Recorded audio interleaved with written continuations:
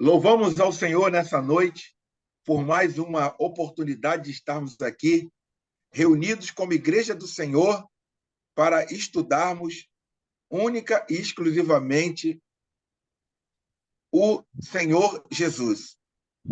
De maneira humilde, nós tentaremos aqui destrinchar os segredos do Senhor, meditando na sua palavra, agradecendo aos irmãos que estão aqui conosco, participando conosco aqui dessa reunião. Nós louvamos a Deus pela sua vida, por você priorizar esse momento de estar aqui aprendendo conosco. Então, nós saudamos aqui com a graça e a paz do Senhor Jesus. Boa noite, bom dia, boa tarde. Vai depender do horário que você abrir esse estudo para aprender conosco. Então, eu gostaria de pedir à nossa irmã Jacira que orasse ao Senhor, irmã Jacira, que a senhora orasse ao Senhor pedindo a Deus para que pudesse nos iluminar nessa noite, iluminar o nosso professor, por favor, irmã Jacira.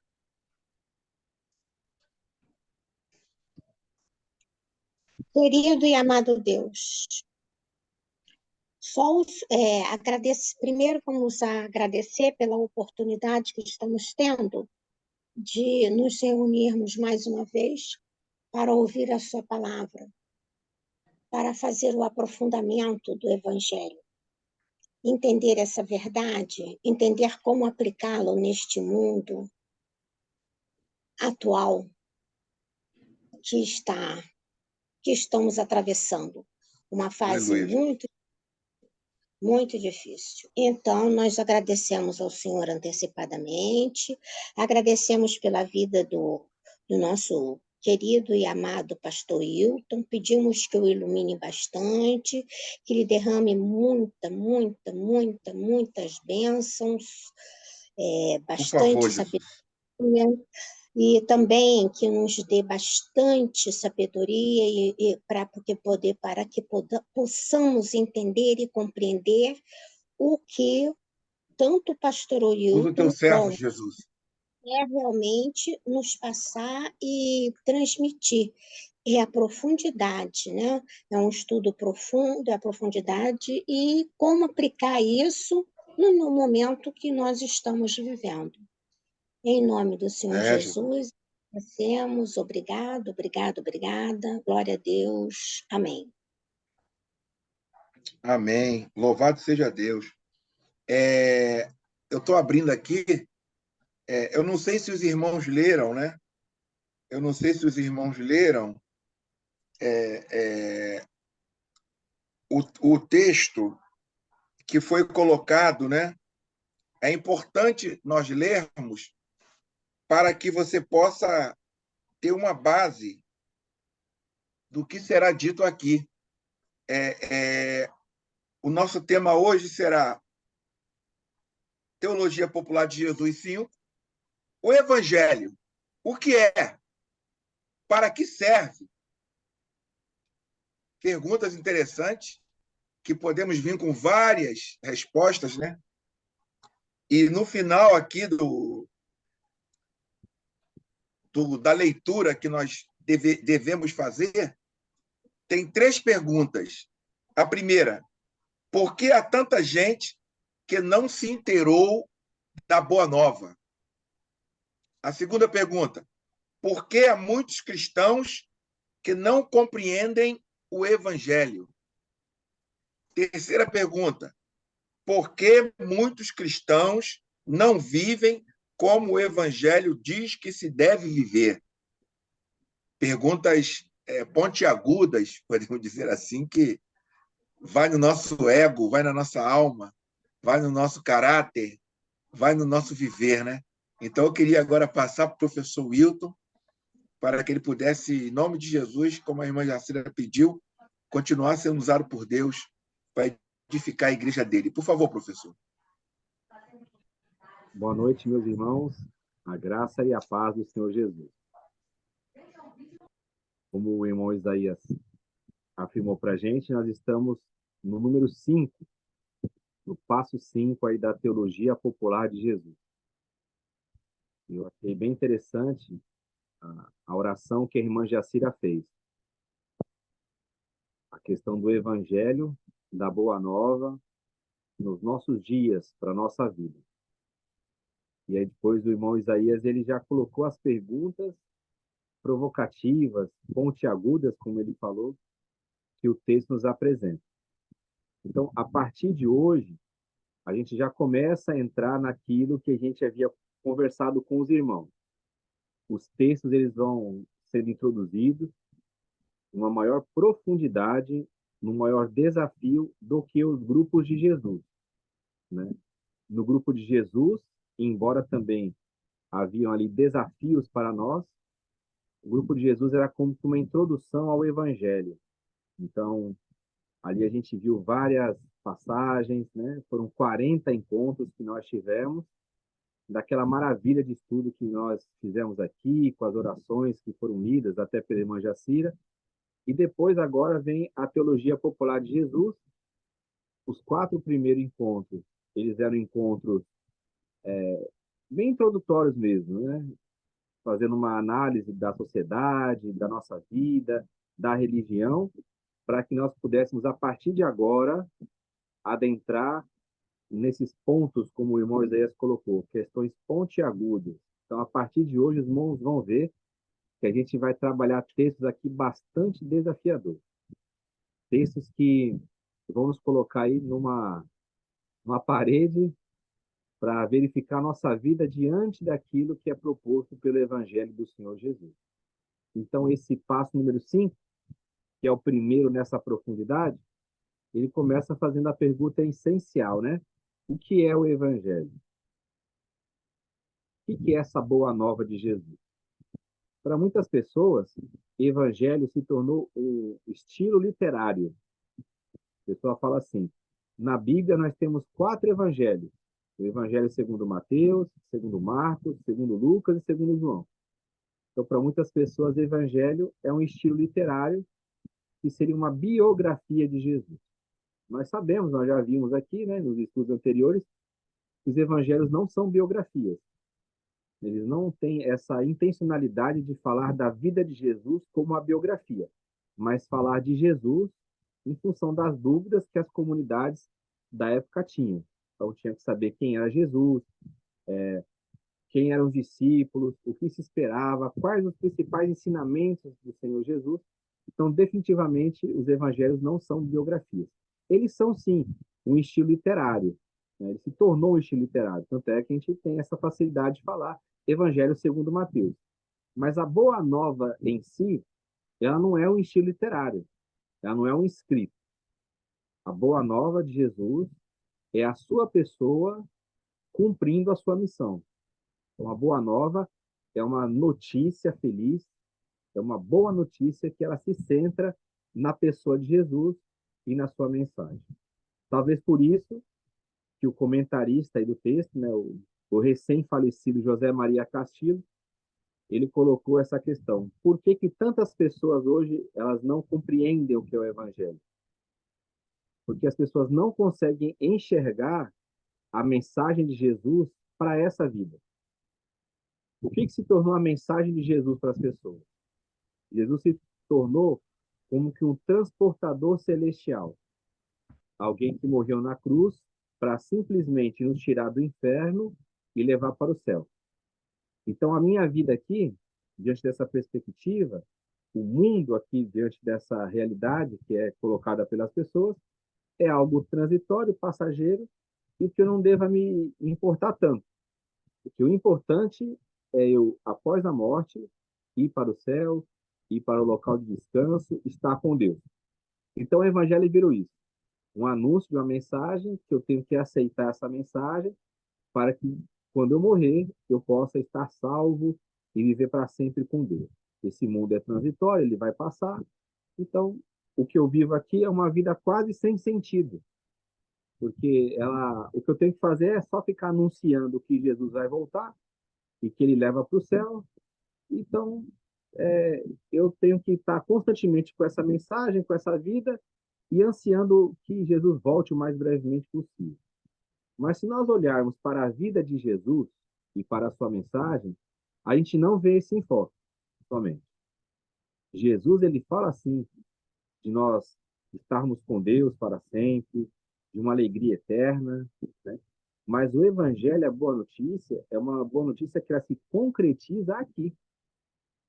Ela é uma vivência aqui. Porque quando Jesus, ele ora para que o reino de Deus venha sobre nós, para que esse reino de Deus chegue com poder sobre nós, e poder aí não é uma força impositiva, mas é o poder do amor de Deus, ele quer que essa vida aqui seja transformada. Ele mesmo disse que ele veio trazer vida e vida em abundância. Vida em abundância não é eu viver de qualquer forma, não me preocupando em melhorar o mundo, em trazer a verdadeira alegria para as pessoas, a felicidade, só aguardando o momento da minha morte. Não é isso a proposta de Jesus, nunca foi. Então, quando você começa a meditar nos evangelhos, nos relatos acerca da boa nova de Jesus, você vê que era uma coisa muito prática. Ele lá no Evangelho de Lucas, por exemplo, no capítulo 4, que é até o texto que é citado no nosso estudo, diz que ele veio trazer essas boas novas aos pobres, ele veio anunciar o reino, veio dar vista aos cegos, veio trazer o som aos ouvidos dos surdos, veio trazer a voz para aqueles que não falavam, e ele veio libertar os cativos. Isso tudo está vinculado com a vida, com a nossa existência. Isso não está vinculado com uma questão de que isso vai acontecer somente depois da nossa morte. Isso já é algo aqui. E tanto é que quando os discípulos de João Batista, eles vão questionar Jesus acerca de uma pergunta que João faz quando ele está no cárcere, Jesus ele aponta para aquele momento ali. Ele fala assim, ó, vocês vão lá e anunciam para João aquilo que vocês estão vendo e ouvindo. E aí, de novo, ele cita essa passagem de Isaías. Os cegos estão enxergando, os mudos estão falando, né? Os coxos estão andando, e aos pobres é anunciado o reino de Deus. Então, a boa nova de Jesus, ele veio nos tirar do império das trevas e nos transportar para o reino do seu amor, que é um reino que ele já está em funcionamento aqui. A boa nova de Jesus é a libertação máxima. É a libertação dos nossos medos, é a libertação do pecado, é a libertação da escravidão do ego, é a libertação da religião. É uma libertação verdadeira. Conhecer a verdade em Jesus, a realidade, é viver uma vida livre em Jesus. Uma vida que nós não ficamos presos a nada, somente a Deus. A nossa vida é uma vida em Deus. O reino de Deus, ele se manifesta em Jesus. Quando nós olhamos a vida de Jesus, que é a encarnação da boa notícia, nós vemos isso. Jesus, ele caminhava, ele flutuava ali em qualquer ambiente. Ele conversava com qualquer pessoa. Ele andava em qualquer situação ele estava, no momento de luto, no momento de festa, com pessoas abastadas, com pessoas pobres, e ele sempre comunicava essa vida dele. Por isso que ele fala que nós devemos segui-lo, imitar os seus passos, né? Viver essa vida de Cristo. Então, essa realidade, ela se perdeu. Para muitas pessoas, crer em Jesus é só um passaporte celestial. Crer em Jesus é só você ter uma garantia de que você está salvo, que você vai morar no céu. Mas, de fato, isso não é a realidade que está no Evangelho. O Evangelho é isso e muito além disso. O Evangelho é a verdadeira vida que Deus veio trazer para nós através de Jesus. A boa nova de Jesus é mostrar como que nós devemos viver, como nós devemos tratar o próximo, como nós devemos tratar com a criação, com a natureza, como nós devemos tratar conosco mesmo. Então, a boa nova é essa, é o reino de Deus na pessoa de Jesus. Talvez aí que esteja esse desafio, né? A gente recebe informações, pregações, notícias, de que o que importa é a salvação da nossa alma, somente. Mas Jesus, ele veio trabalhar, ele veio conquistar, ele veio transformar a nossa vida num todo. Então, a vida e a abundância que ele veio trazer é essa libertação de tudo aquilo que impeça a nossa potência de vida, a gente viver conforme agrada a Deus, a gente se contentar com as coisas simples, e a gente não está agarrado aos prazeres daqui. Nós não temos a mentalidade do mundo, mas vivemos como Jesus. Não importa aonde o Senhor vai nos mandar, não importa qual a vida que nós vamos seguir, mas em qualquer local, E para qualquer funcionalidade que ele nos colocar, nós devemos levar essa boa nova. Mostrar para as pessoas que existe uma vida real, uma vida de gozo, de alegria, de prazer real. Uma vida que não depende de nenhuma circunstância para você ter essa potencialidade. Uma vida que não depende do dinheiro, que não depende da saúde, que não depende de nada, só de Deus. Então, esse é um desafio mesmo para nós. Nós estamos comunicando essa verdade para as pessoas, nós somos os carregadores. E, além disso, nós estamos vivendo nas nossas vidas essa realidade que Jesus veio trazer. Então, começa agora, né, a partir do passo 5, da lição 5, esses questionamentos mais aprofundados acerca de Jesus e do seu evangelho. Por isso que é uma teologia popular de Jesus. É numa linguagem bem simples, bem objetiva, mas como o evangelho demonstra. A vida em Cristo e nada além disso. Vou passar para o irmão Isaías.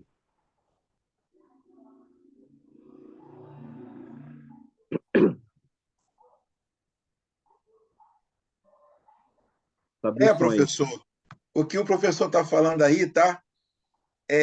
Cortando meu coração aqui, e eu estou fazendo uma análise da minha vida, né? Como eu tenho me portado como igreja do Senhor, como eu tenho me portado como embaixador do reino do Senhor aqui na Terra. E, como sempre, eu gosto sempre de dar uma pincelada, lembrando aos amados irmãos que é muito importante a sua estada aqui.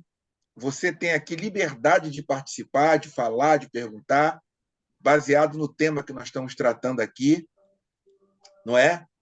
Perguntas sobre o que é o reino, o que nós estamos fazendo com o reino,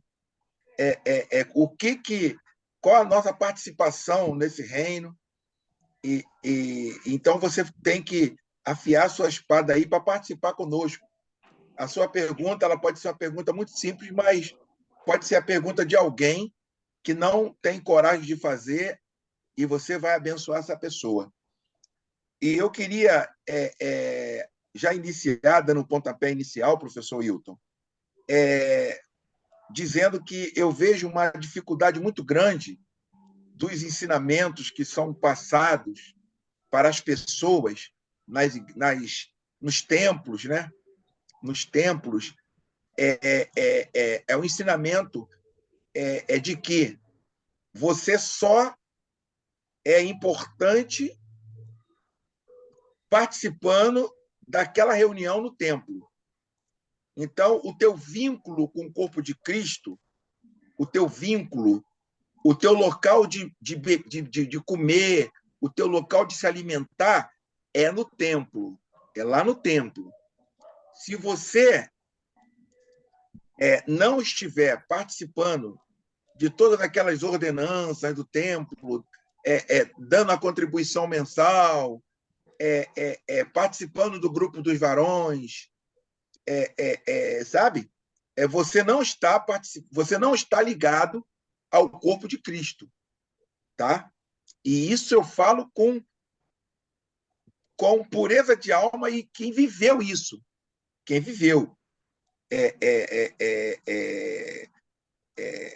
Na minha antiga igreja, eu me lembro que todos os irmãos do templo tinham que estar ligados a um departamento, professor Hilton. Eu não sei se eu cheguei a comentar com o professor. Todos teriam que estar ligados a um departamento. Se você chegasse lá e falasse assim, ó, não, eu não quero cantar no grupo dos varões, ou assim, eu não quero cantar, eu vou exagerar aqui, eu não quero participar do grupo de evangelismo, eu quero chegar aqui, sentar, ouvir, aprender com os irmãos, eu quero participar com os amados irmãos aqui, em comunhão, não era o suficiente. Então,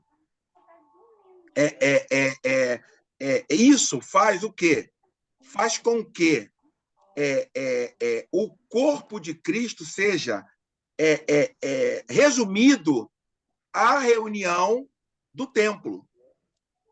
Quando você abre a sua Bíblia em Romanos 12, versículo 1, é bem claro o texto ali, diz assim: rogo-vos, pois, irmãos, pela misericórdia de Deus, que apresenteis o vosso corpo por sacrifício vivo, santo e agradável a Deus. Dentro do templo, dentro de casa, na rua, dentro do ônibus, na empresa, que é o vosso culto racional. Então, para a honra e glória do Senhor Jesus, eu tenho vivido isso, professor. Onde eu estou fazendo a obra de Deus. Onde eu estou? É no mercado, é comprando material para fazer um lance aqui em casa, e principalmente aqui dentro da minha casa. Eu estou fazendo a obra de Deus. Então, eu queria iniciar já com essa fala e abrir para os irmãos aí. Temos aqui o irmão Alan, está aqui, ó, para participar conosco aqui, dando uma opinião a respeito dessa questão que o professor abriu com a sua exposição. E eu repito as perguntas aqui. Eu repito as perguntas. Por que há tanta gente que não se inteirou da Boa Nova? Por que há muitos cristãos que não se comprometem, não compreendem melhor o Evangelho? E por que muitos cristãos não vivem como o Evangelho diz que se deve viver? Então, está aberto aos irmãos aí, por favor, participem. Com a pergunta ao professor, por favor. Se deixar, eu falo direto, hein?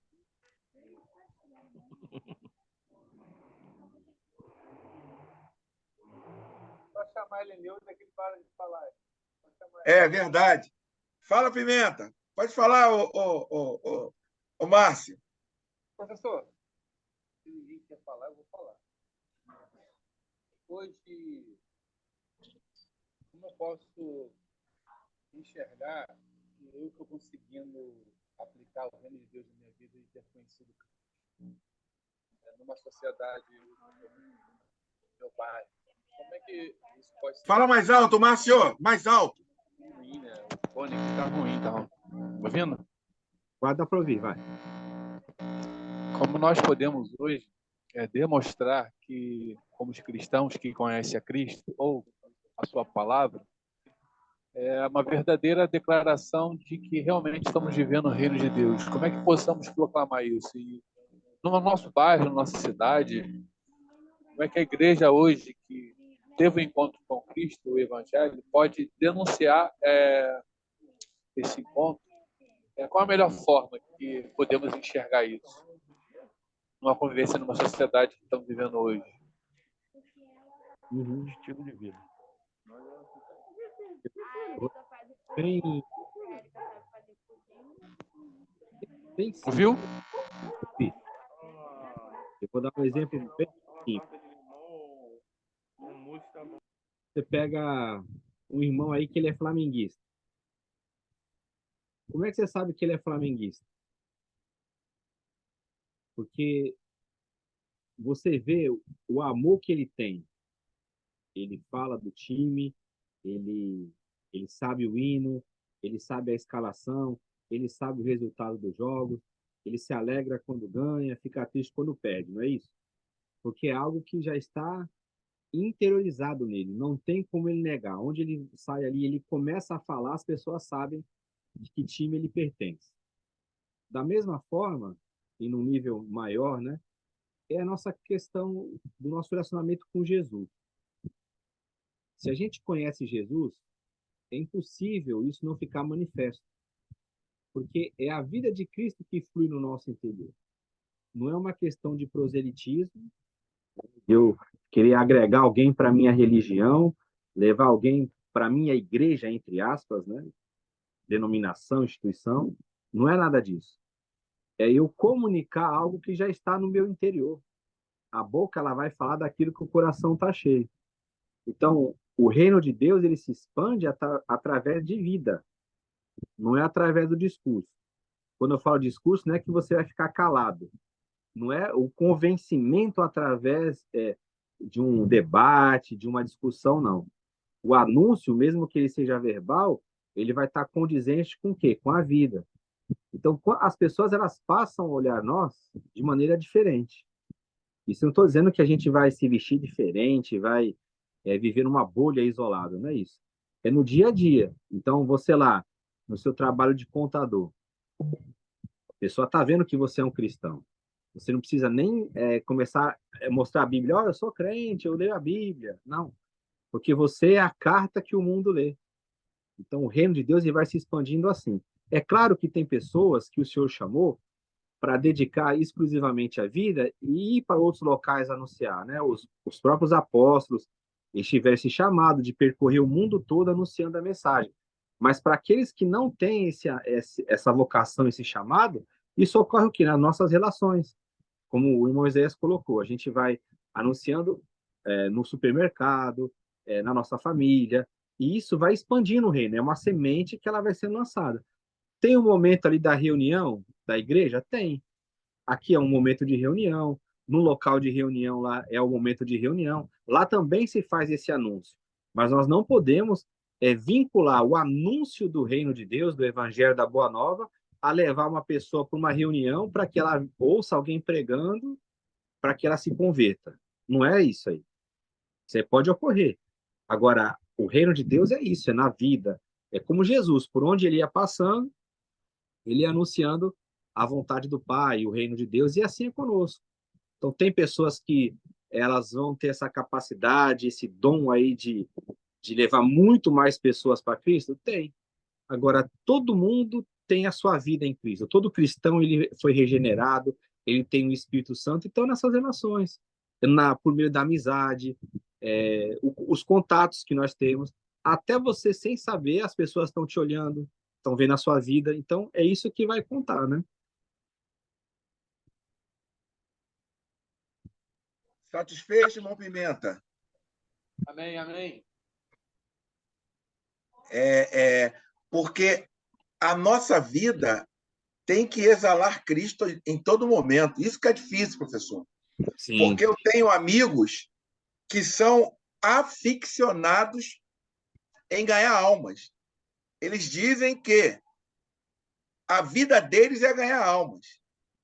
Então, eles participam de toda a atividade missionária.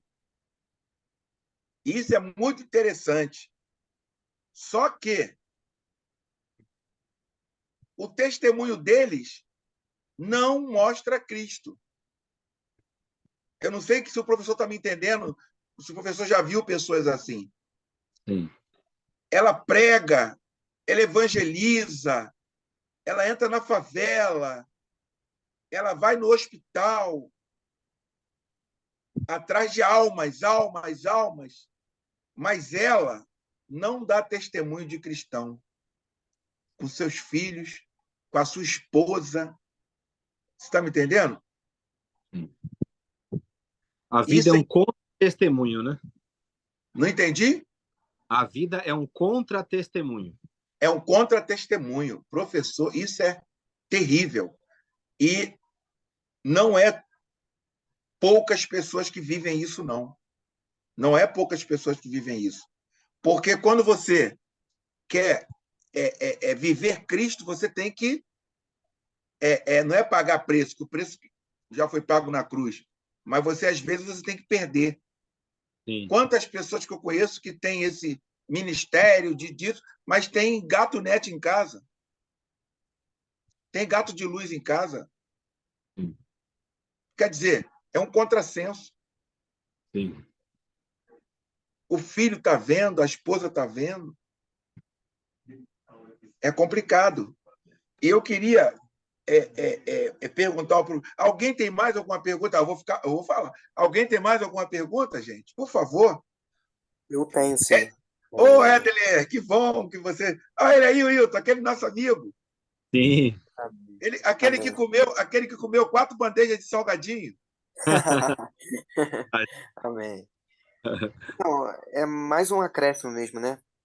A gente tem uma ideia de que, conforme vocês foram falando aí, eu fui fazendo que nem o pastor Isaías aqui, eu fui refletindo isso na minha vida, né? A gente tem uma ideia, às vezes, que a gente evangelizar é a gente trazer pessoas para dentro do templo, né? Então, exemplo, a gente vai fazer uma estratégia evangelística para que a gente atraia pessoas para dentro do templo. Uhum. Só que, na verdade, a gente que tem que levar a igreja, que somos nós, para essas pessoas, Sim. né? E esse entendimento, ele faz total diferença, assim, e esse entendimento, ele tem que ser compartilhado e ensinado também dentro dos templos. Sim. Então, o pastor que tá ministrando ali, ou pregador, ele tem a responsabilidade dele ensinar isso, né? De que evangelismo não é trazer pessoas para ali para dentro, mas Isso. sim você ir para fora para que você alcance essas vidas, sabe? Mas Exato. por que que vocês pensam que é tão difícil isso? Esse entendimento é pela religiosidade, é pela covardia de alguns pastores de não quererem perder membros, é por qual motivo assim? Essa é uma questão interessante que você colocou. Se a gente for pensar de maneira histórica, né? Eu vejo que foi uma má formação, uma deturpação daquilo que se tinha no início, daquele ardor que se tinha, né? Se você olhar o testemunho ali dos irmãos da Bíblia, os relatos bíblicos, você vê que eles tinham essa expansão, né? No campo teológico tem duas palavras aí que eu vou explicar quando se fala da missão. Uma é a missão centrípeta, né? É de fora para dentro. Então Israel tinha essa missão.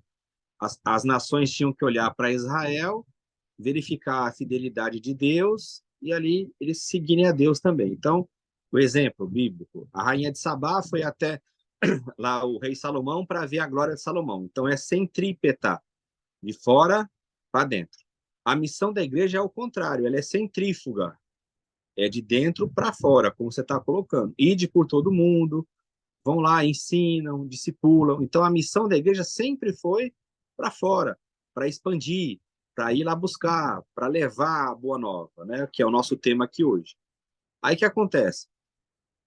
Depois de um certo tempo, o que se tornou esse levar a boa nova? É o que você disse, é trazer pessoas para que elas ouçam num local acerca da pregação. Mas isso nunca foi a proposta de Jesus. Jesus nunca mandou fazer isso. Então, é uma questão, Éder, estrutural, né?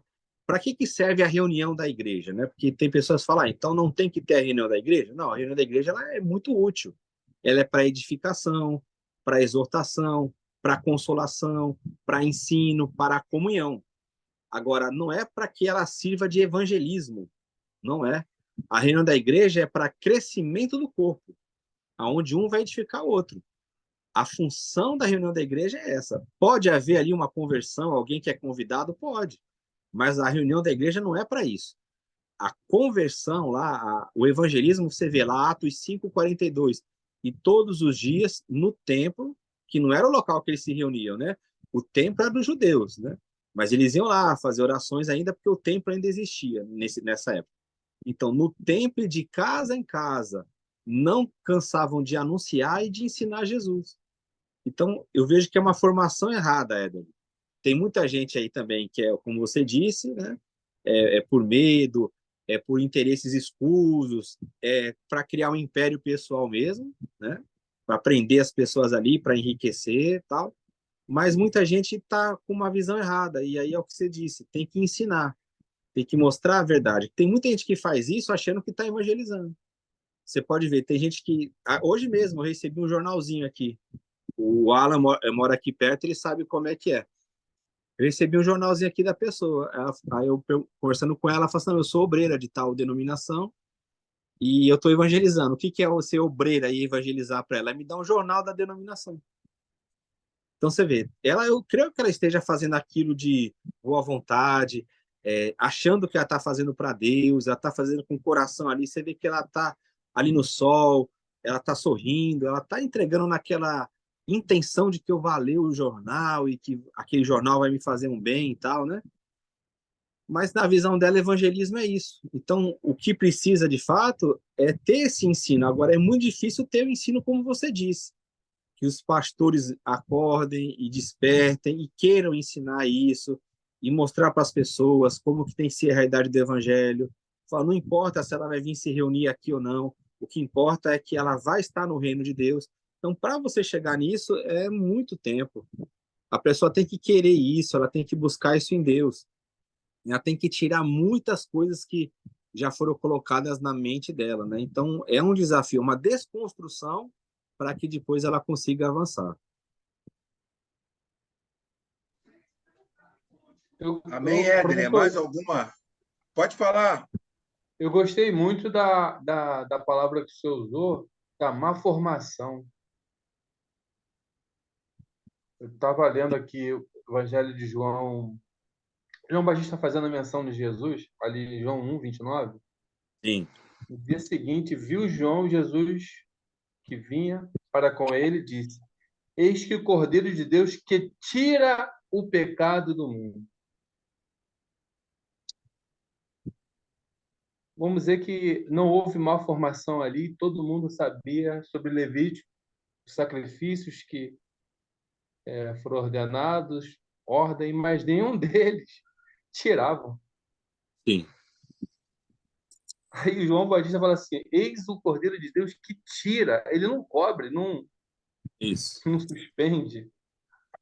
E quando o senhor falou dessa má formação de Cristo na vida das pessoas, que elas não conseguem testemunhar, porque eu acho que também um pouco essa má formação do ensino de quem é Cristo. É que Sim. hoje estamos tendo poucos momentos fazendo, né, às quintas, mas era uma coisa que poderia ser diariamente, né, nós possamos levantar mais irmãos para compartilhar com o irmão, de estar em todos os lugares, né? Isso. Compartilhando mais isso, porque é o momento que a gente tem as quintas. Eu sei que o irmão me manda um monte de coisa que eu fico assim, meu Deus, tenha misericórdia de mim, mas continue dando graça, irmão, porque é o chamado dele. Sim. E esses materiais vão alcançando mais pessoas, né? O meu desejo é que mais pessoas estejam reunidas e ouvindo e vendo por que João Batista falou tira e não cobre. Então, acho que essa má formação, o cara vai ler isso aqui e vai passar batida. Ele falou assim: tira mais um verbo. Não, gente, mas a diferença é muito grande, é definitiva. Exato. Eu acho E que você, essa palavra de má formação foi assim, uma coisa bem clara. e a própria vida de Cristo, se você olhar, ela já começa com uma desconstrução religiosa, né? Os evangelhos apresentam isso. Então, não foi simples naquela época e não é simples hoje. Você vê que Jesus, quando ele cura lá em Marcos 2, logo no início do evangelho de Marcos, ele já cura em casa e ali já começam os questionamentos, né? Quem é ele para perdoar pecado? Não é que perdoar pecado, como está colocando aí, né? Muito bem colocado. Ali eles não estão questionando o fato de ele alegar que ele perdoa pecado. É porque ele não está no templo fazendo isso. Ele não tem autoridade para perdoar, na visão religiosa. Ele não é um sacerdote. Ele não está no templo, não está tendo ali nenhum sacrifício sendo oferecido, não está matando nenhum animal. Como é que ele pode perdoar o pecado dentro de uma casa? Né? Filho, os teus pecados estão perdoados. Imagina, o religioso fala, mas quem é esse homem para fazer isso? Não tem autoridade nenhuma. É o escândalo. É o escândalo. É um escândalo. Aí ele faz fala, o que é mais fácil? Então você vê que é uma desconstrução do início ao fim. E essa construção ela tem que acontecer hoje novamente. O pastor, tem mais uma pergunta aqui. É que vocês falando vai surgindo muita dúvida, né? É o A gente está Espírito falando Santo. muito. É o Espírito Santo. Amém, amém. Ele vai iluminando, né? A gente está falando muito sobre a gente levar o evangelho para fora. Mas agora eu tenho uma outra pergunta que talvez seja mais difícil. Como que a gente traz o evangelho para dentro? Como que a gente educa pessoas que estão dentro desse contexto de templo a também terem essa mesma mentalidade? Como que a gente, porque eu vejo que o pastor Isaías também tem as mesmas dificuldades na igreja dele que eu tenho aqui na minha, né? Sim. De pessoas que têm uma visão muito religiosa sobre determinadas coisas, né? Como o exemplo que o pastor Isaías trouxe aí, que ele foi conversar com o irmão do lado de fora e aí depois o pastor reclamou disso e tal. Sim. Então a gente vê que essa cultura ela está enraizada dentro de todos os templos, entende? Não é só de uma ou de outra igreja, é de todas. E como que a gente consegue mudar ou tentar ter alguma influência nessa cultura do lado de dentro, nos nossos pastores, em quem está, entre aspas, né, acima de nós? Bem interessante. Outra pergunta bem inteligente. Aí eu vou usar assim a resposta depende e eu vou explicar para você. Então, depende. Como assim depende? Depende do local que você está. Tem local que tem abertura para você ensinar. Eu mesmo tenho frequentado alguns locais que eu tenho abertura para o ensino, mesmo que o meu ensino ele bata de frente com o ensino da estrutura. Mas com Então, licença, professor, isso é Deus, tá? é, O que o é senhor faz é Deus, tá? só Deus que faz isso. Milagre, milagre. Então é isso que eu falo, depende. Tem locais que é a minoria que permite isso. Na maioria dos locais, não vai ser permitido, Éder. E aí você vai passar por todo esse processo que ao longo da história da igreja as pessoas passaram. A iluminação do evangelho chega para você, você fica como um peixe fora d'água, e aí, Leproso, é o leproso. aí o Senhor vai trabalhando contigo para você e confirmando os restantes. Você vai lá, começa a ensinar um ou outro, aí o Senhor vai operando. Então, tem irmãos, para você ter uma ideia, por exemplo, os irmãos da China, eles são totalmente contra você tentar fazer o que eu faço em alguns locais. Ele fala assim, não adianta. Se a pessoa está debaixo de uma ordenação humana, se ela está debaixo de uma regra lá, de uma denominação, o evangelho não vai penetrar. Vai chegar numa hora que você vai parar porque eles não vão aceitar. Então, tem irmãos que são totalmente contra você tentar ensinar dentro da perspectiva que você perguntou, né? Ele fala assim, não faça isso. Você vai lá, se tem alguém que já entende o evangelho, ele vai lá e começa a se reunir com ela e vai evangelizando e vai levando outras pessoas para Cristo. Aquelas lá você deixa, porque eles têm uma dimensão de Cristo, mas eles estão apegados ao ordenamento humano, eles não vão mudar, porque estão presos ali. Já tem outros irmãos que são mais flexíveis, né?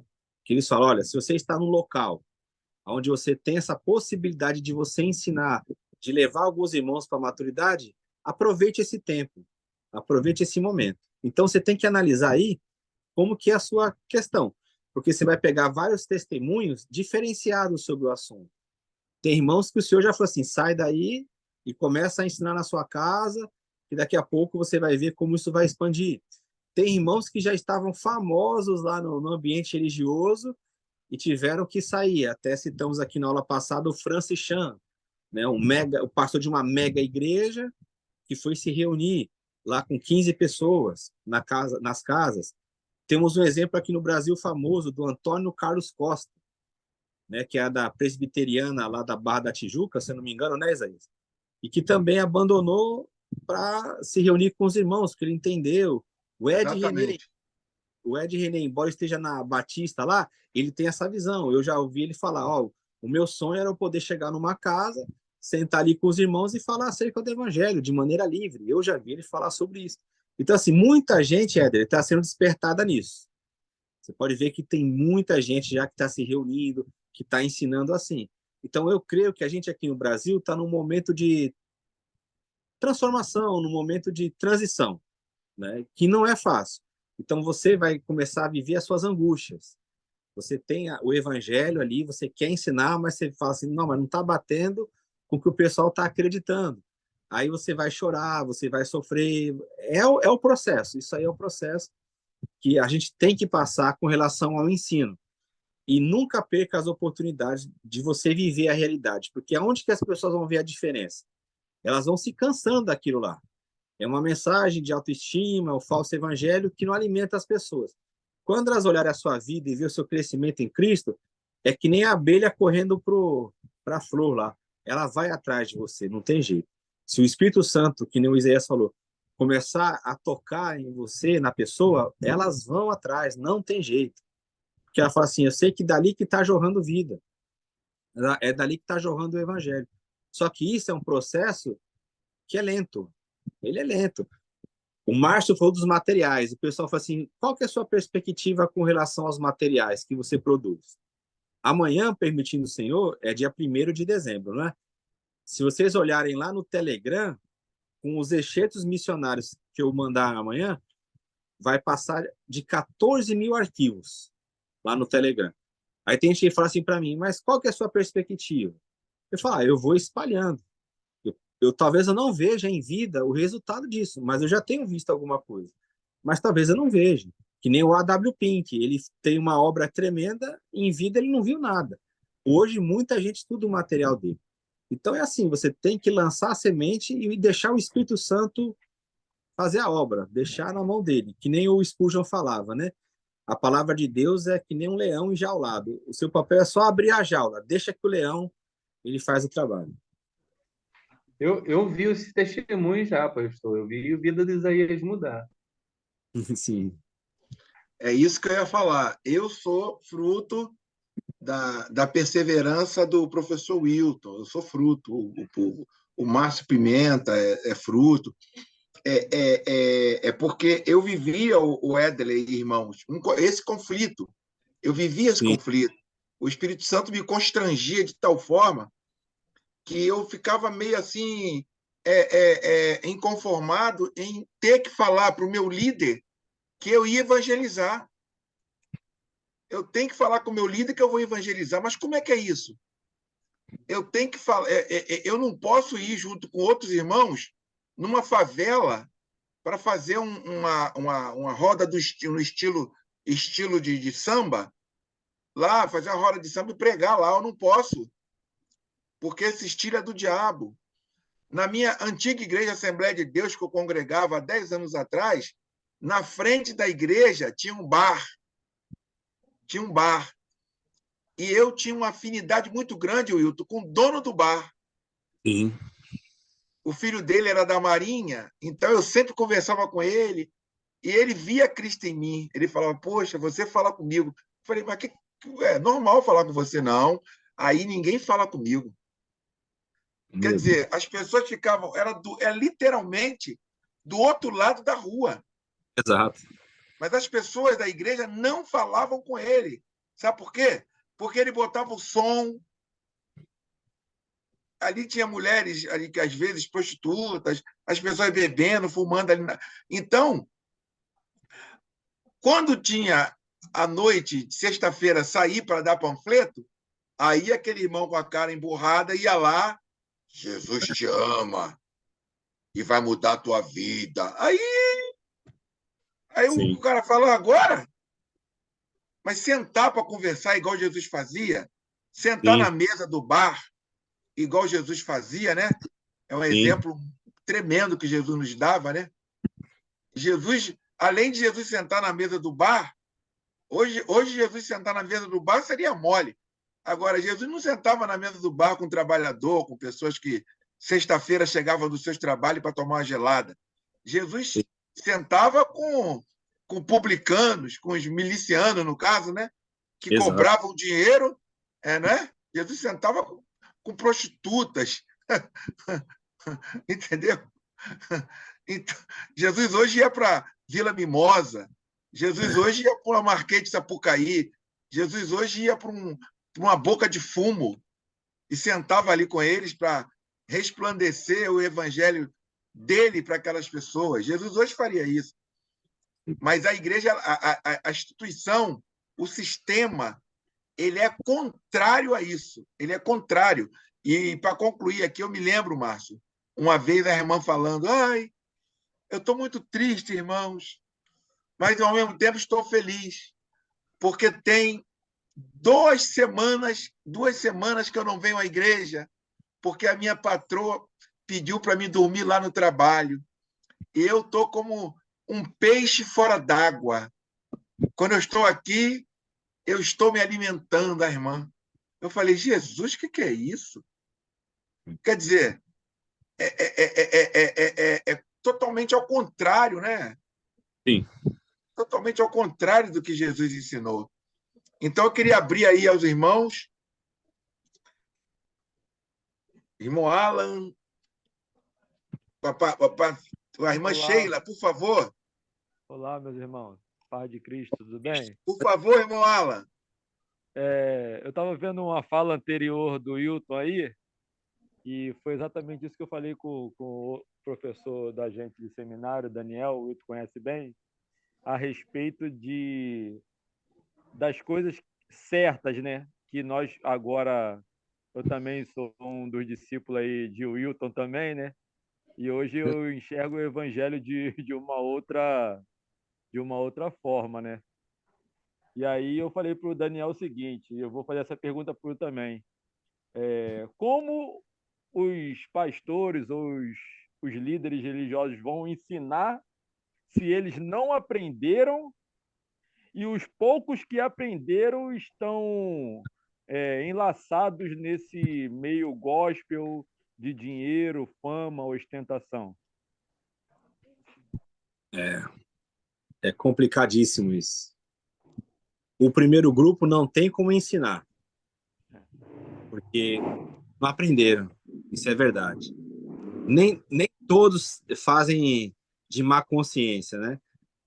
Alguns fazem mesmo porque não aprenderam, não sabem, e tem aquilo como certo. Então, como o Martin Lloyd Jones falava, são pessoas zelosas sem o conhecimento. Igual Paulo fala que ele era, né? Ele era um homem zeloso, sem conhecimento. Matava em nome de Deus, mas porque não tinha o conhecimento, embora fosse um religioso tremendo. E o segundo grupo é mais difícil. Eu acho que o segundo grupo é o mais complicado. Porque às vezes sabe, a gente sempre também conversa isso com o Márcio, com o Isaías, com a Sheila, né? Com os irmãos. São pessoas que elas sabem. Elas sabem. Se você parar para conversar com elas, assim, no particular, elas sabem. Mas aí tem toda uma estrutura, tem o dinheiro, né? Teve um que falou uma vez para mim, falou assim, rapaz, eu tenho um salário de 9 mil por mês, como é que eu vou abrir mão disso? É dolorido ouvir isso aí. O cara fala assim, eu tenho família para criar. Eu sei, a minha vontade era me reunir igual vocês se reúnem lá. Mas eu tenho 9 mil de salário, como que eu vou abrir mão disso?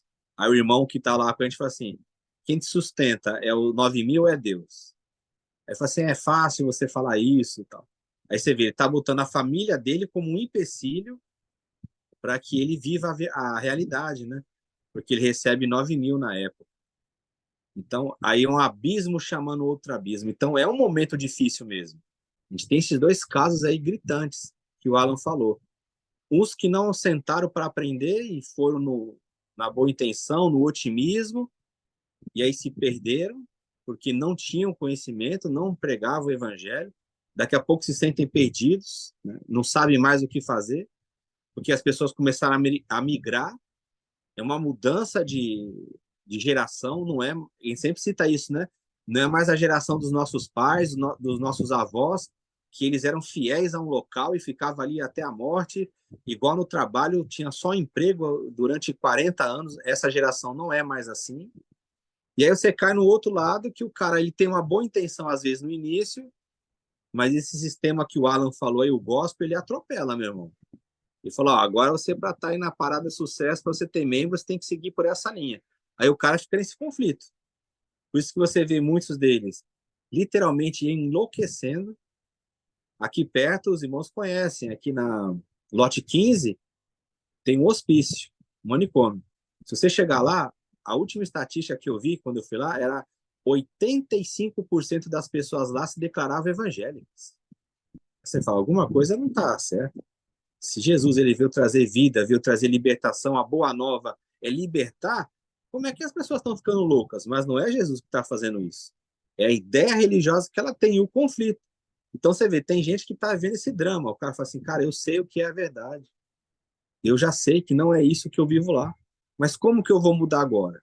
Eu já dei um passo muito grande. Não é todo mundo que vai e se arrepende, que fala assim, gente, vamos parar. Tá errado. Vamos começar do zero. E o medo de perder gente? E o medo de deixar de ser popular? Então, é muito difícil mesmo isso. Muito complexo.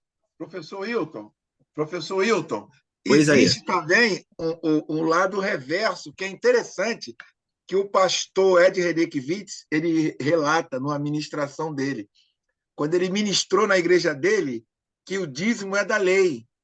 Sim. E que a contribuição para a igreja é gratidão. Eu vi a ministração dele sobre isso. Ele dizendo que a contribuição para o templo é gratidão. E que você pode abençoar lá o templo, na Batista da Água Branca, como você também pode abençoar o teu vizinho que está precisando de uma cesta básica, de um gás. Ele falou isso publicamente. Ele falou isso publicamente. Ele não se preocupou em o pessoal falar, então eu vou reter, não vou. Não me preocupou. O que aconteceu? Um casal, que ele disse, de idosos, diáconos, que vieram de uma Assembleia de Deus, foram fazer um gabinete com ele, junto com a família. Sim. E pressionaram a ele. Não, pastor, o senhor está errado. O dízimo é bênção. Aquele que não dizima está roubando a Deus, e etc, etc. E ele disse, gente, o que eu entendo pela palavra de Deus é isso. Mas, aí eles falaram assim, então, pastor, nós vamos ter que nos retirar. Aí ele falou, poxa, é uma pena, mas sigam o caminho de vocês, nós vamos nos encontrar no céu. Você está entendendo? Quer dizer, é o lado reverso. O Márcio queria falar, Márcio? Não, é a matrícula que a gente já conhece, né? Da escola de sofrimento, que talvez a gente não queira, né? A aplicação. E é engraçado, é engraçado isso, porque se você olhar na Bíblia mesmo, no Novo Testamento, ele fala que isso aí vai gerar um galardão, que isso aí gera uma posição no reino. Assim, é uma coisa que eu fico meditando nisso. Eu falo assim, tudo bem, a pessoa fala assim, eu tenho medo de passar por isso, tudo bem. Aí você fala assim, não tem, mas o Senhor está contigo. Uma coisa é a pessoa, ela fala assim, não, eu sei que isso aí vai me gerar frutos. Eu sei, eu já li, eu entendi, eu só tenho medo. Se a pessoa me falasse isso, eu entenderia. Né? Eu falei assim, tudo bem, vamos pedir para o Senhor fortalecer você e tudo. Agora, o difícil é que as pessoas não estão enxergando isso, que está tão claro. É uma leitura simples, está falando, olha, se você sofrer com ele, você vai reinar com ele. A primeira epístola de Pedro toda hora fala sobre isso, fala, olha, se está vindo sofrimento sobre a sua vida por causa de Cristo, é porque o Espírito de Deus habita em você. E você foi chamado para isso, mas você vai receber uma recompensa. Você entende que é uma coisa que, se fosse medo, e falar assim, não, eu já entendi, o caminho do Senhor é esse, eu quero fazer isso, mas eu ainda não tenho aquela fé, eu ainda não sei como que vai ser, tal. Isso é uma coisa. O problema é que as pessoas não estão enxergando essa realidade. Isso aí está, tipo assim, oculto. Aí você fala, mas está lá no texto, né? A pessoa lê, ela parece que não entende isso. Ela foge disso como assim, não, isso não é realidade, não tem esse negócio de sofrimento por causa de Cristo, isso aí era lá para os apóstolos. A gente já está num outro nível. Parece que o entendimento é esse, parece que está turbado mesmo a mente. É muito complicado isso. E muitas das vezes é na própria família mesmo. Você não é muito bem quisto. Sim. Porque houve uma mudança no teu caminho, que nem que você começou a andar com mais pessoas aí, que eu não vou falar o nome, e ficou muito diferente. Então, até dentro da sua própria casa, é só Cristo mesmo. É Cristo mesmo, meus irmãos. Jesus falou que, às vezes, os nossos inimigos são da nossa própria casa. Então, tudo isso aí que acontece já está no Evangelho. Não deveria ser surpresa, né? Não deveria causar essa... acho que aí entra no que o Éder falou, que o Alan falou. É a falta do ensino. Porque se isso fosse ensinado já desde o início, a pessoa... Não, beleza. Não vamos ser saudosistas, mas vamos lembrar no passado lá, bem lá no passado. Mãe do Isaías, as irmãs lá. O pessoal que já ia para a fé cristã, eles iam nessa perspectiva. Eu vou perder amigo, eu vou perder oportunidade, as pessoas vão se voltar contra mim, mas tudo bem, eu tenho Jesus, isso que vale. Era uma perspectiva. Agora, quando mudou isso aí, Aí ficou complicado, porque agora não é mais isso. Agora é fama, é status, é ser legal, virou gospel. É um falso evangelho mesmo. É muito falso, é muito falso, muito falso. É muita falsidade, é muita mentira, é muita enrolação. Fala, irmã Sheila, por favor. A paz, amados. Pegando o gancho aí do que o irmão Isaías falou, de ser falso, etc e tal, como viver o evangelho no mundo corporativo, onde muitas vezes você sabe de coisas que você não pode contar para a pessoa. E aí você se sente assim, né? Parece que você não está sendo verdadeiro, e parece até que você pode estar no meio de fofocas, mas não são fofocas. Você às vezes faz parte de algumas áreas estratégicas que você sabe de coisas que parece fofoca, mas não é, entendeu? E aí você fala, meu Deus, como viver o verdadeiro evangelho numa situação como essa, sabe? É. São os desafios, né, Sheila? São os desafios. É Muito desafio. sempre a pergunta mais básica e a mais poderosa que tem, né? O que Jesus faria nessa situação? E às vezes você vai ser prejudicada, e se for prejudicada por causa de Cristo, é confiar nele. Não tem jeito. Situação Mas eu sei o que passa e eu sei como que é. Tem situações ali que você fala, Jesus, eu vou ter que aqui romper com alguma coisa aqui. Não tem jeito. E não é questão de roubo, não é você ser mal empregado, não é não. São questões que se apresentam para você, né? E que você se sente incomodado ali. Eu participava de reuniões, às vezes, que eu falava assim, Senhor, qual que é a tua postura aqui nessa reunião? O que eu devo fazer? Porque vai definir vida de pessoas, você vai ver injustiças. São situações que é carregar a cruz mesmo, é levar para o evangelho e deixar o Senhor operar. Exatamente, porque é bem complicado, como você falou. Às vezes envolve vidas de pessoas, ou você fica ali escutando coisas que você concorda ou que você não concorda, e muitas vezes você acaba tendo que dar sua opinião, e aí nesse caso, eu procuro trabalhar com o evangelho assim, ser o mais sincero possível. Se eu tenho que dar minha opinião, mesmo que ela não seja a favor daquela pessoa, eu procuro ser sincera. Mas é bem difícil, né? E para quem não entendeu, gente, eu trabalho com RH, recursos humanos. Então, às vezes, chega um diretor reclamando de uma pessoa e o outro elogiando a mesma pessoa. E, tipo assim, RH se vira. E você fica no meio do fogo cruzado, né? E às vezes você tem que abrir a porta e dar de cara com aquela pessoa que estão te relatando problemas sobre ela. E é bem assim, você se sente mal, que parece que você tá mentindo para a pessoa, né? Sim, exatamente. Tem um livro que é do Stephen Covey, não sei se você conhece ele, aquele autor famoso dos 7 hábitos das pessoas altamente eficazes, né? Ele tem um livro que ele fala a terceira alternativa, ou terceira opção, que ele mostra interessante como você trabalhar essas questões conflituosas no serviço. Você vê que é uma questão de alto nível isso, né? Você está ali lidando com pessoas nessa área de recursos humanos que eu trabalhei também nessa área, eu sei como é que é isso. Eu passei por uma situação uma vez muito interessante. Eu tinha que analisar um empregado que ele foi acusado de não estar trabalhando no horário de serviço. Aí vocês imaginam o que ele estava fazendo na hora de serviço? Pregando o evangelho lá no saguão.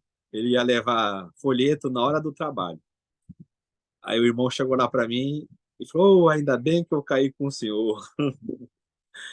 Aí ele veio falar, tadinho, eu tive que ir contra ele, mas eu tive que explicar, porque já chegou assim.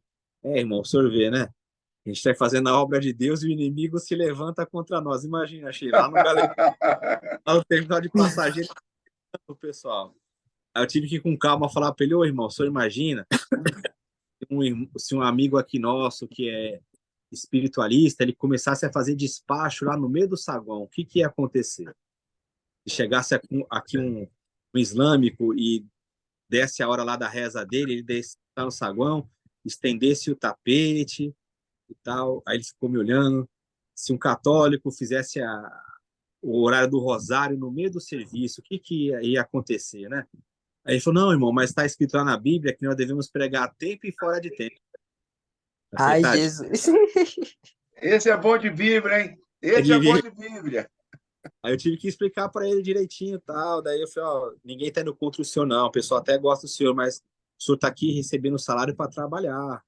Então, na hora do almoço, já tem a capela. A Sheila sabe, lá tinha a capela, né? Eu falei, na hora do Uhum. almoço, tem os cultos lá na capela. O senhor vai lá, entrega folheto na hora do almoço, prega lá na capela, que o pessoal vai até ouvir o senhor, mas na hora do trabalho, é para o senhor testemunhar trabalhando. O senhor é um bom empregado. Então, teve todo um tato, né? Você vê a imagem que ele tinha de pregar tempo e fora de tempo, é ele deixar o trabalho dele e ir lá entregar folheto no meio do saguão. Isso é por lei. Ele podia ser mandado embora. Então, assim, o pessoal foi nervoso, né? A Sheila sabe, isso aí dá demissão fazer isso. Você não pode estar no saguão lá. Tinha uma regra sobre isso. O pessoal até que nem deu advertência nele, porque sabia que ele era um bom empregado, mas a ideia que ele tinha. Então, você lidar com pessoas não é só Deus para dar sabedoria mesmo. É complicado, bem complicado. E tudo sempre tem dois lados, né? A gente tem que ouvir todos os lados, mas é bem complicado. E às vezes não dá para ser 100% sincero, não. Você tem que ficar assim, que nem aprendi com o Hilton. Interessante, interessante. E se você for Amém. falar, cria um tabu ali, você cria um problema que de uma bolinha, né, vai virar um planeta o negócio. A sinceridade na hora errada, ela é como um soco. E Ela é Exato. como... as pessoas nem sempre estão preparadas para escutar Exato. algumas verdades, porque elas sempre acham que nem esse senhor achou que estava fazendo o melhor dele, né, entregando os panfletos e etc e tal. Mas tem o outro lado não é tão bom, né? Ele entregou o panfleto na hora do expediente, Então as pessoas sempre, mas eu saí para tomar um café, fiquei meia hora longe, mas todo dia eu fico 15 minutos a mais, não é? Sempre tem o outro lado, assim, ó. É bem complicado mesmo, né? Mas enfim, bora praticar. Eu vou orar para que Deus aumente o discernimento deu o discernimento de Salomão para ela, Wilton, igual Exato, quando levaram aquela criança, para cortar. Amém. Gente, eu creio que já são 10h15, Wilton. Olha só como é que a hora passa rápido. E está perto do nosso final. Eu louvo a Deus pela vida dos irmãos. Realmente nós estamos entrando aqui numa profundidade muito grande e o Espírito Santo está trabalhando na minha vida, nas nossas vidas. E eu queria que os irmãos firmassem um compromisso aqui de quinta-feira que vem chamasse outras pessoas para participar, pessoas que gostam de perguntar, pessoas que gostam de aprender, de questionar em amor, porque eu estou amando essa nossa nova fase aqui dos nossos estudos. Falar em amor, Isaías, o Não irmão entendi? Sérgio deu uma carta de amor para você mandar para as pessoas que vocês amam. 6 capítulos, 55 páginas. Fala aí para o seu Hilton. O que é? A carta de amor que o irmão César escreveu de 6 capítulos e 55 páginas. Bom você falar, Márcio. O César, vou falar rapidinho aqui. O César, eu passei hoje lá no grupo para vocês um material que o César elaborou. O que acontece? Pediram para ele fazer o seguinte, olha, qual seria o material que você indicaria para a gente que está começando na escatologia?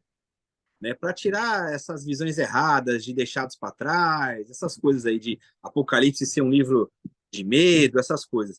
Qual material que você indica para a gente? Aí o César foi indicando vários materiais. Aí deu um conflito. Falei, poxa, mas eu tenho que pegar um daqui, um dali. E ele falou, tá tudo espalhado. Aí o que pediram para ele fazer? Foi até um irmão da Assembleia de Deus.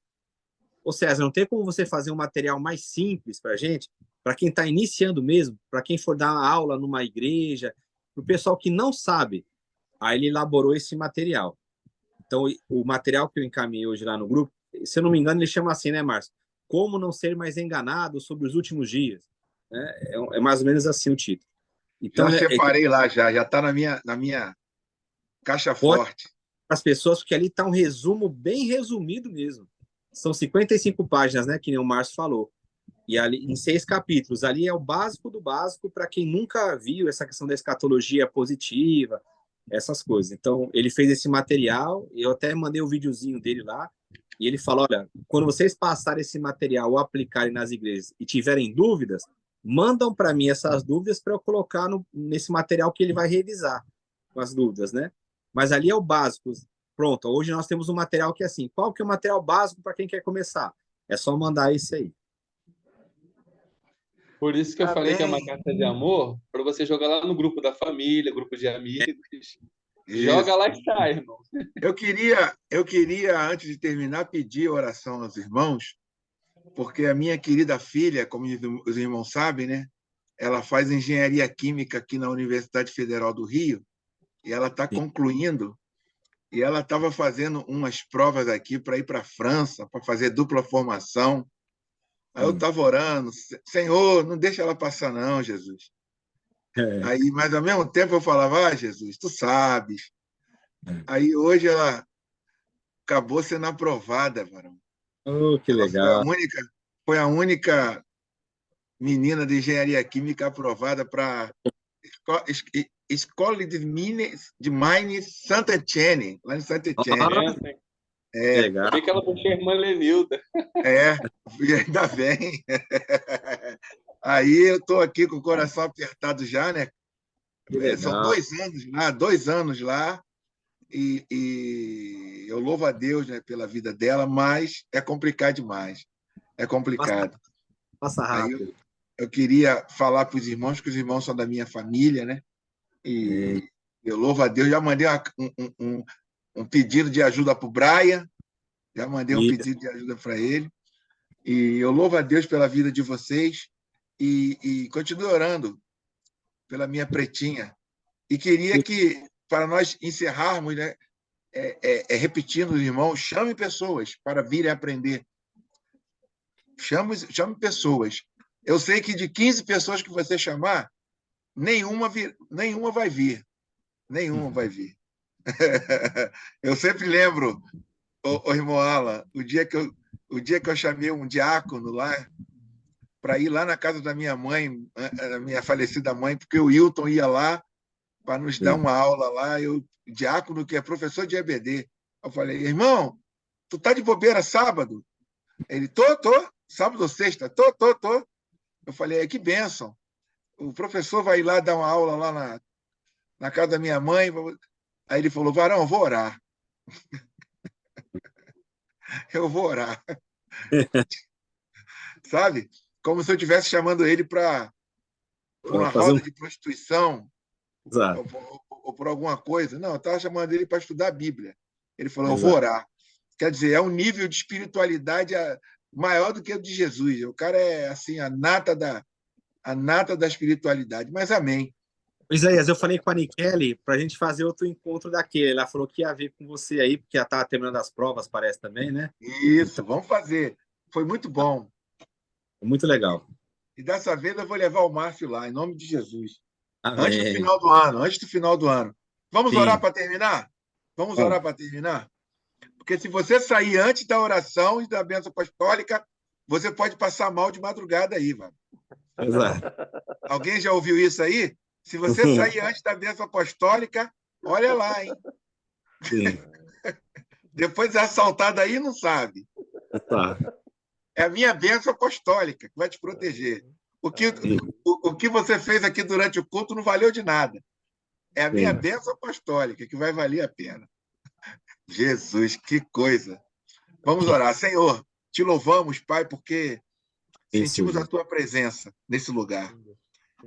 Aqui é um local de constrangimento, um local de aperto no coração, um local de desconstrução, um local de crises, um local de construirmos novas expectativas, construirmos um novo Jesus o Jesus da Bíblia. O Aleluia. Jesus da Bíblia, que é acima de denominação, é acima de sistema, é o Jesus que estava lá no nosso íntimo. E ele floresce quando nós provocamos a sua presença através da ação do Espírito Santo nesse lugar. Por isso, Senhor, eu te agradeço. Louvo a ti pela vida do meu professor, que tu colocou ele, Senhor, na minha vida. Eu louvo a Deus pela vida do Hilton. Senhor, trata, Senhor, dos pormenores da vida do teu servo. Amém, Trata, Jesus. Senhor, dos detalhes, que ele não fala com ninguém. Ele não fala com ninguém, às vezes nem contigo ele fala. Mas tu sabe, Senhor. Tu sabe o que ele precisa de ti. Ó, Jesus, guarda a vida do professor Hilton, Senhor. Ó, Jesus, aquela área, Senhor, que precisa de um carinho teu, Senhor, que precisa de uma ajuda tua, Senhor. Por favor, cuida do teu servo, Senhor.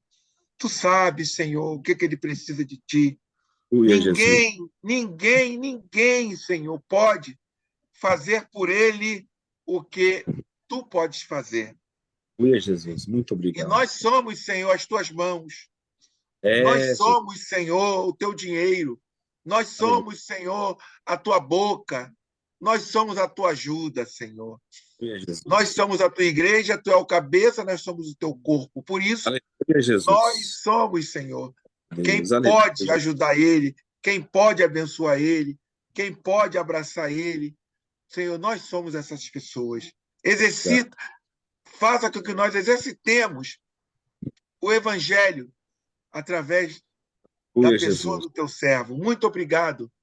Em nome de Jesus, teu filho. Amém e amém. Amém. Obrigado, gente, fica Jesus. na paz, tá bom? Beijo, Alain. Paz Beijo, de Cristo, Edler. Deus. Beijo, Sheila, Jacira. Ah, Beijo. Fique na paz. paz.